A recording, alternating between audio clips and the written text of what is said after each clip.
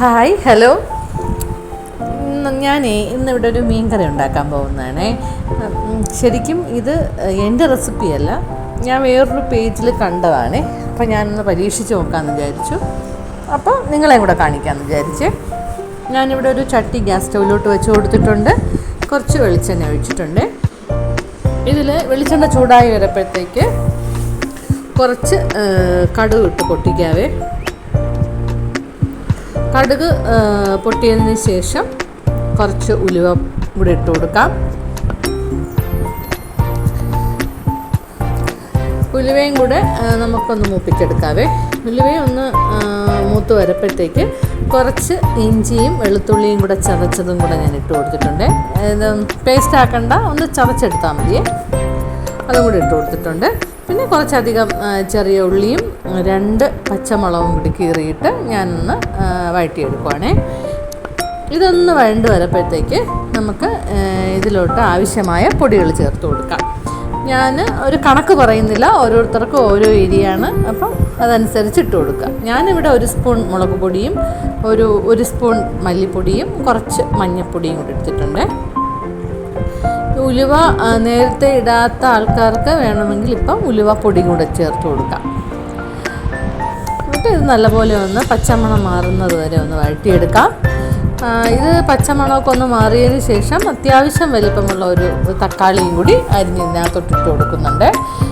ഇത് ചെറിയ തീയിലിട്ട് നമുക്കിതിനെ ഒന്ന് അടച്ച് വെച്ച് വേവിക്കാവേ. എന്നിട്ട് ഇതിനകത്ത് ചേർക്കേണ്ട കൂട്ട് നമുക്ക് തയ്യാറാക്കാം. ഞാനിവിടെ കുറച്ച് തേങ്ങ എടുത്തിട്ടുണ്ട്. ഒരു 3-4 ചെറിയ ഉള്ളിയും കൂടെ ചേർത്ത് നല്ല പോലെ ഒന്ന് അരച്ചെടുത്തിട്ടുണ്ട്. എന്നിട്ട് നമ്മൾ ഈ നേരത്തെ റെഡിയാക്കി വെച്ചിരിക്കുന്ന അതിനകത്തോട്ട് ഇത് ഒഴിച്ചു കൊടുക്കാം. എന്നിട്ട് നല്ല പോലെ ഒന്ന് ഇളക്കി യോജിപ്പിക്കാമേ. എനിക്ക് കുറച്ച് മുളക് പൊടിയുടെ കുറവ് തോന്നിയതുകൊണ്ട് ഞാൻ കുറച്ചും കൂടി പൊടി ഇട്ടിട്ടുണ്ടായിരുന്നേ. ഇത് നല്ല ഒന്ന് തിളച്ച് വരണം. നല്ല ഒന്ന് തിളച്ച് വരപ്പോഴത്തേക്ക് കുറച്ച് ഒന്ന് ഉപ്പും കൂടി ഇട്ട് കൊടുക്കണേ. നല്ല തിളച്ച് വന്നതിന് ശേഷം നമുക്ക് ഞാനിവിടെ കുറച്ച് വാളംപുളി പിഴിഞ്ഞ് വെച്ചിട്ടുണ്ടായിരുന്നു, അതും കൂടി ഒന്ന് ഒഴിച്ചു കൊടുത്തിട്ടുണ്ട്. ഇപ്പം ഈ വാളംപുളി ഉപയോഗിക്കാത്തവർക്ക് പെണംപുളി ഈ സമയത്ത് ഇട്ട് കൊടുക്കാം കേട്ടോ. ഇച്ചിരി വെള്ളത്തിയിട്ട് കുതിർത്തിട്ട് അതും കൂടെ അങ്ങ് ഇട്ട് കൊടുത്താൽ മതി.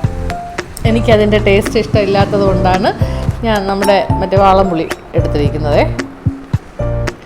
എന്നിട്ട് ഇതൊന്ന് തിളച്ച് വരപ്പോഴത്തേക്ക് നമ്മളിവിടെ കഴുകി വൃത്തിയാക്കി വെച്ചിരിക്കുന്ന മീൻ അങ്ങോട്ട് ഇട്ട് കൊടുക്കാം. ഇട്ട് കൊടുത്തിട്ട് ഒന്ന് തിളച്ച് വരട്ടെ. കുറച്ച് കറിവേപ്പിലയും കൂടെ ഇട്ട് കൊടുക്കാം. അതിനുശേഷം നമുക്കൊരു ചീനച്ചട്ടി ഗ്യാസ് സ്റ്റൗവിലോട്ട് വെച്ച് കൊടുത്ത് ഇച്ചിരി വെളിച്ചെണ്ണയും കൂടെ ഒഴിച്ച് ഞാനിവിടെ കുറച്ച് കാശ്മീരി മുളക് പൊടിയുണ്ടല്ലോ അതും ഇട്ട് ഇച്ചിരി മഞ്ഞൾപ്പൊടിയും കൂടെ ഇട്ട് ഒന്ന് മുപ്പിച്ചതിന് ശേഷം നമ്മളിവിടെ റെഡി ആയിക്കൊണ്ടിരിക്കുന്ന കറിയിലോട്ടൊന്ന് ഒഴിച്ചു കൊടുക്കാവേ. നല്ലൊരു കളറൊക്കെ കിട്ടാൻ വേണ്ടിയിട്ടാണ്.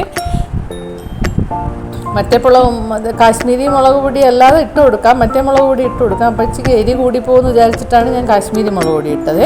എന്നിട്ട് നല്ലപോലെ ഒന്ന് തിളച്ച് ഒന്ന് കുറുകി വരപ്പോഴത്തേക്ക് ഇത് മാറ്റാം. നല്ല ആ പുള്ളി ഈ പേജിൽ ഇത് കാണിച്ചപ്പോഴത്തേക്ക് ഞാൻ വിചാരിച്ചിരുന്നില്ല കേട്ടോ ഇത്രയും നല്ല ടേസ്റ്റ് ആയിരിക്കും. നല്ല അസാധ്യ ടേസ്റ്റായിരുന്നേ. നമുക്ക് ചപ്പാത്തിയുടെ കൂടെയൊക്കെ രാത്രി ഉപയോഗിക്കാം. നല്ല ടേസ്റ്റാണ്. എല്ലാവരും ഒന്ന് ട്രൈ ചെയ്ത് നോക്കുക.